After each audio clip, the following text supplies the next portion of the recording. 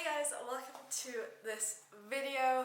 So today is going to be me talking about how I first got started with my business, my story thus far basically. So let's jump right into it. It's actually, I don't want to give some sort of bullshit way that I started my business and like it all sort of like formed magically. Like, to be completely honest, I feel like it's going to get really bright randomly. I'm really sorry, it's kind of cloudy today. It was honestly out of desperation. So I think I started my business because I was in a place where I didn't really have any other options and I'd exhausted them so much. This is so bright. Maybe I can like, let me move back. Is that better? Let's try, let's go here. Is that any better? I'm not sure. Let's just, okay, maybe this. I think this is a little bit better. Let's just work, we'll work with this. So yeah, when I first started, it was kind of from a place of desperation, not in a way that's bad. Like, I'd always wanted to run a business and have that freedom, but I just had never put myself in a position where I had to do it because I knew it was going to be hard, and I used to just give up on stuff like work stuff. Like, if I started hating a job, I'd just quit. Like, I wouldn't care on doing it. I'd just jump around to different jobs. I'd get bored so easily. And starting a business, obviously when you have all the pressure to yourself, like, I always wanted to be independent, but because it was something so new to me, I feel like not having the support of like a team and colleagues and people that I could go to for them to tell me what to do, like not having that network around me of like a safety net scared the shit out of me. So I feel like I started it because I didn't give myself any other options. I didn't give myself a way out. I was like, Natasha, this is the only thing you can do right now because you've done all these other jobs, you're not happy, you keep on quitting job after job.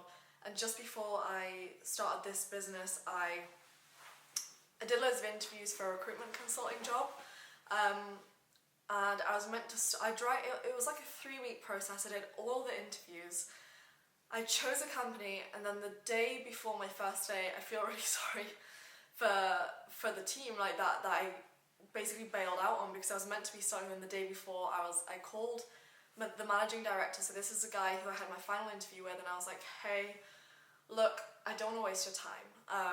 And they were so nice, really clever, just smart team of people, and I was excited, but I didn't really know shit about recruitment consulting. And when I went into that job, it was because I was in a shared house in Hackney. I was living with 6 people, and when I quit MLM, so when I quit door to door, I know I've been saying I'm going to do a video about that for ages, and I will, but I think I want to get somebody else to come on and do the video with me, some of the people that I used to work with from the same company. I think that'd be kind of interesting.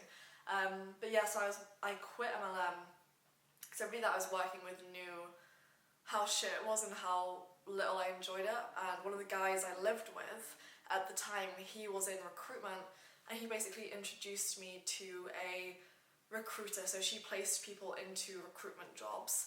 I had a meeting with her, she lined up all the interviews, and then I basically had the interviews, chose my 2 favourite companies. I think I had 3 or 4 companies I could choose between. Basically took an offer of one of them, and the day before I started, I called the managing director and I was like, hey, I don't waste your time. I know, obviously, I don't feel like I'm going to stay in the job. If I'm completely true to myself, I think I'm only going to stay for a few months. 6 months, I want to build up my own thing on the side, and then I think I'd end up leaving as soon as I like had enough money that I could support myself outside of this job. So I don't want to come in when you're talking about the long term, you're going to train me up so that in a year's time I'm fully independent and I can start running my own team and you can expand the company. I didn't feel like it was the right thing for me to do, and I think it was better for me to drop out at that point instead of carrying on and halfway through being like, hey, I'm gonna go, like, I'm gonna bounce. So that's what I told him, and he was actually really nice about it. He basically said, are you sure this is the right move for you to do? Obviously, like, starting a business, like, a lot of them fail. Like, what if you start this thing and you have no money and you can't support yourself, and like, I think you'd be really good at this job. Like, I wouldn't be fighting, because I kind of played one company against the other because one of them was giving me like a better offer than the other one, but I really preferred the one that was giving me the worst offer, and I was like, hey, look, so I didn't play them against each other. I was just like, hey, look, this other company's giving me a better deal, but I prefer you guys and like your company culture. So he like changed what he needed to for me to go with them, and they were super like accommodating, and they're just really nice people. I just felt bad going in knowing that deep down I probably wasn't going to stay for a long time. So he was really sweet about it, and he was like, look, if it's the right thing for you to do, like, I'm going to stop you doing it, but are you sure? And I was like, yeah, I just want to start my own business. And I didn't really know what the fuck I was going to do at that point. But that's kind of how I threw myself in at the deep end and decided on that day, I was like, I am not going to let myself go back and forth anymore. Like, if I call this guy up and tell him I'm not having this job, like, I am not going to have another job again. Like, I'm not going to get scared and get another job to support myself, because I've given myself so many chances, and for once I just need to push through and make it happen. So that was sort of the switch that flipped when I decided I was going to start my own business. At that point I didn't really know what I wanted to do. I knew I could choose between sort of Amazon FBA, social media marketing agency, affiliate marketing. There was a sort of my like 3 options that I was looking at. I was watching a bunch of YouTube videos, seeing what different people were doing. I ended up deciding that I wanted to start a marketing agency, and it went okay. Like, for the first few months I was just like cold calling. I was getting meetings, but I just wasn't closing them. I think I just hadn't qualified them properly, or my sales was just not on point, because I thought I was really good at sales. I was like, I came from MLM, like closing was like my thing, and then I realized as soon as I was in a different sales situation, I completely forgot how to sell. So I think the problem was I never learned how to sell. I learned how to sell a specific thing and use a specific type of script and sales process that as soon as my situation environment changed, I just didn't know how to handle it. So moving from MLM and sort of door-to-door business sales for a charity to selling a service, which was so new to me that I didn't really believe I could even offer or provide results for. I had no belief in myself. Then it's impossible to sell something that you don't believe in, which is why I struggled so much when I first started with SMM. So started at SMM, struggled for a while. I had one retainer client, which was for Instagram marketing, so Instagram growth and managing her content, the captions. I had a content creator I used to go and shoot with once a month, so that was like my client. And then when things started to change, otherwise this is going to be a really long video. How long are we on right now? Nearly 10 minutes. Okay, this is going to be a really long video if I take it the long way. But so that was my marketing client. And then how I transitioned towards LinkedIn is because I was looking for alternatives to cold calling. So I was searching on the internet for different ways I could lead source within a B2B industry, and a few of the ways listed were things like Instagram outreach, Facebook outreach, cold calling, cold emailing, etc. And another way was LinkedIn. And it just said that LinkedIn was obviously a B2B platform for business owners and professionals to connect, network, add value to each other's lives, and a lot of marketers were using it to find clients for their marketing agencies. So that's how I came across LinkedIn. I dug up my old profile.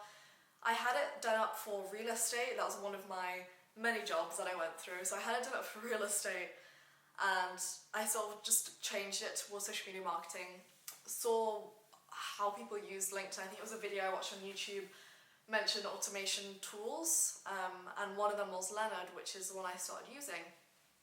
So after I started using Leonard for LinkedIn and people sort of saw the results I was getting, they wanted to implement the results for themselves as well. They wanted to see what I was doing, how I was doing it. So that's how my coaching business started. That's how my consulting business started. That's how I first started getting people that would pay me, and I would just give them a program. So it'd be like, I do like a coaching program. So it'd be a month. We'd do 4 hours, so an hour a week of like a video call, and I would help them implement what I had implemented on LinkedIn, show them how to generate leads, because this is how I was getting all the leads for my social media marketing agency. So I was using LinkedIn to get clients, and I was showing other agency owners how to get clients as well. So that's how my consulting business started alongside the agency. So I had the marketing agency, then the consulting business, and then I thought, I love teaching and I really enjoy teaching people about LinkedIn. I don't really have a passion for doing Facebook ads or doing Instagram marketing as a service. It wasn't something that I was excited to do, but when it came to LinkedIn, I got a buzz, like after I had these calls with people and I was helping them do stuff and my clients were getting results, it made me feel good. And obviously people enjoy feeling good, and I was like, if I can feel good doing something I enjoy and it helps other people feel good as well, then it's a win-win. I'm helping other people have success and win with their agency, and I feel good because I'm helping them do that, and I get to share my knowledge and what I've learned and spread the word amongst the community. So that's when I sort of grew towards the consulting side of things. I was like, I love teaching, this is what I want to do. So at that point I was like, I want to shift my agency to take on retainer clients, so people that I was coaching and consulting, people that had larger agencies, so the people that came to me and they had like 15k plus per month, say, they were like, I don't have time to implement this, so I want like a quick fix. And I was like, hey, you can spend like half an hour a day on LinkedIn, but when it comes to personalization of your messages and learning how to monetize the traffic from LinkedIn, if you don't have time to do it, it's not going to work, because you still need to invest a little bit of time. Nothing's going to be completely automated and free, because you always need a human element as part of the sales process. So I offered those people that I could do it for them, and I was like, hey, so it's going to be more expensive. It's going to cost you more money in the long run, because it's not going to be a month one-off. As long as you want the service being provided, you have to pay for it. So I did a minimum 3 months and then monthly retainer after those 3 months. And I took clients on and I did their LinkedIn lead generation on their behalf.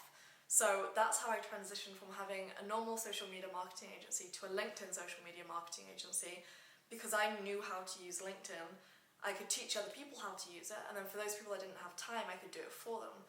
So I kind of had the LinkedIn social media marketing agency, and then I had my LinkedIn consulting business, and that's how I split into those two things. And I love everything. Like, I love everything about LinkedIn. I love teaching people how to do it. So that's how I ended up where I am now. So I guess that's kind of everything up until this point. If you want to learn more about what I do, I have a free masterclass. I'll put the link below this video. But basically it runs you through in more detail. It's sort of like you can do it with me throughout the masterclass, so have like a pen and paper ready and everything like that. But it basically teaches you how to tap in to LinkedIn and make it start working for you. If you're new or you just want to brush up on your profile, there's a section in the masterclass, I think it's like halfway through, which is how to take your LinkedIn profile from 0 to hero in under 30 minutes. So it takes you through, I think it's 3 or 4 main steps that you can implement into your profile. It has the headline formula, so the formula that I use and teach my customers and clients, how to create a customer-centric headline that's going to attract people, because I know a lot of people struggle with a lot of the basic stuff on LinkedIn, and there's little tricks and tips that I teach you in the masterclass. And then it also runs through why, sort of the psychology behind it, so why people will ignore you when it's a cold call, a cold email, cold outreach, but they'll happily speak to you when you approach them on LinkedIn and treat you as a respected business owner. So check out the masterclass if you want to learn more in-depth stuff to what I've spoken about in a lot of my videos on YouTube, and let me know what you think, and I'll see you in tomorrow's video.